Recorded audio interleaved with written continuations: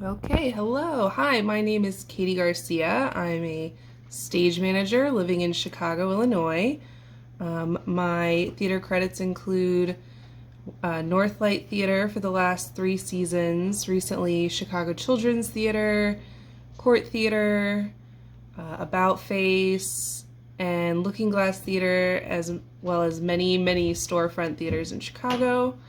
And today I would like to talk to you guys about setting up the room for first rehearsal. So one of the many things that a stage manager does is set up the room for first rehearsal. And to get to that, we have to go through an entire week of pre-production, which includes setting up actor packets. And in those is your wallet cards, which has the theater's phone number, the director's phone number, stage manager's contact information, dates of the show.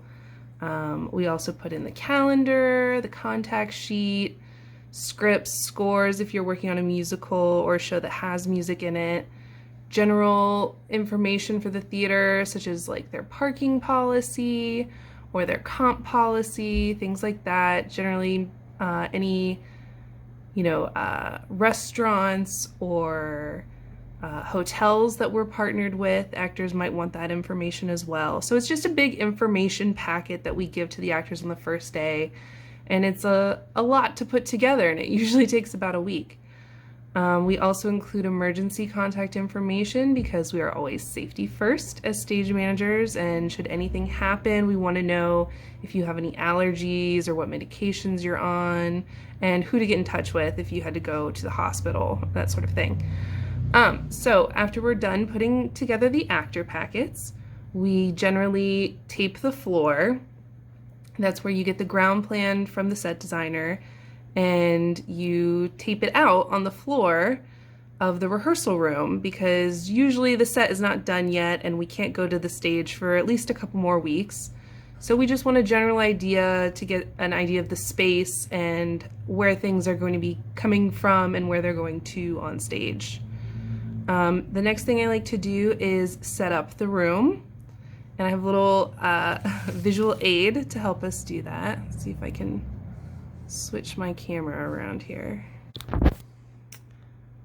Okay, so now that I've figured out how to switch my camera around, so the first thing I do is I like to know how many people are going to be in the room. Well, we know we're going to have the actors. So we have an actor here and an actress here. And they're going to be sitting at the table, of course, for the table read. We have our ASM, stage manager, director, or any assistant directors who might be coming in with the director. Sometimes these are students, sometimes these are up-and-coming directors who are assisting for the first time, getting the feel for what it's like to work on an equity production.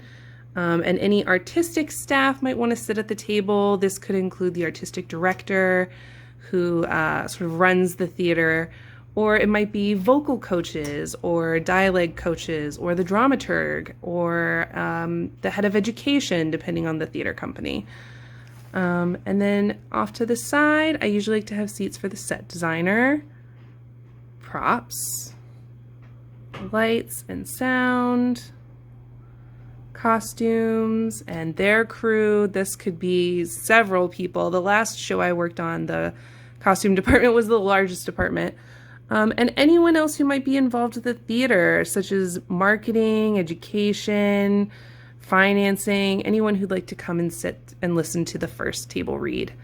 And prior to first rehearsal, you'll have set will bring in large set pieces, that sort of thing. You'd coordinate this with your TD or your production manager before first rehearsal. And props may have some initial props they want to bring in. This could be, just rehearsal props, like, hey, this is just a stand-in for now. Or this could be the actual thing, and they already have it built and ready to go and want to present it at first rehearsal. Another thing the stage manager usually puts together is design boards. So I like to include the ground plan, any costume renderings, and of course the set model is usually a part of that design presentation at first rehearsal. Okay, so let's talk about first rehearsal and what happens in those first rehearsals. So, usually for first rehearsal, especially if you're working on an equity show, there's a union meeting with the equity representative, and it's just the equity representative, the stage manager, because there's always a union stage manager on a union show, and any union actors who are in the show. These are typically the leads. And the director and everyone else is not present for that meeting. It's a private meeting where they just sort of discuss current policies and what actors need to know from equity. And then after that is the designer meet and greet, and that's when everyone gets to come in the room and meet each other for the first time. And usually we go around and do introductions. And one thing I know that we've been doing in Chicago lately is we'll say like, "Hi, my name is Katie Garcia. I am your assistant stage manager, and my pronouns are she, her, hers." And, that's just sort of being inclusive to all communities in theater. And then the director usually likes to lead with just a note about what their vision is for the production and why this piece is important to them, or why it's important to the theater, and why it's a piece that should be being put on now, that sort of thing. Especially if you're doing a political show, people like to express, this is the climate and this is why this show is important. And we're so happy you can all be here, and yada, yada, yada. After that, designers go around and present their designs. Usually you start with the set designer, and then costumes, props, lights and sound if they have anything to present. And if you have choreographers, that's a chance for them to talk, music directors, pianists, anyone else who might have something to present to the room. That's a great time for them to present that. And this generally takes about half an hour to an hour, depending on the show. And then we begin our first read through of the play all together as one company. And it's so much fun to hear these characters come to life and watch these actors interact with each other for the first time. Usually marketing's there and they're getting pictures for Facebook and Instagram and getting everyone really excited about this production. After that, usually you take a little break and release anyone else who's not directly involved with the production, such as like anyone from the administration side, or the designers might leave. Sometimes they might stick around and hear the actors' initial thoughts, but usually it's just the cast, stage management team, and director's team after the break. And we just discuss, everything we just read and our thoughts on our characters, or if there's a dramaturg involved with the show, they might talk about the context of the show and give some historical context to the shows, like, this is your status and this is why your character acts this way, and this is this person's status and this is your relationship to them. Those conversations usually happen the first day.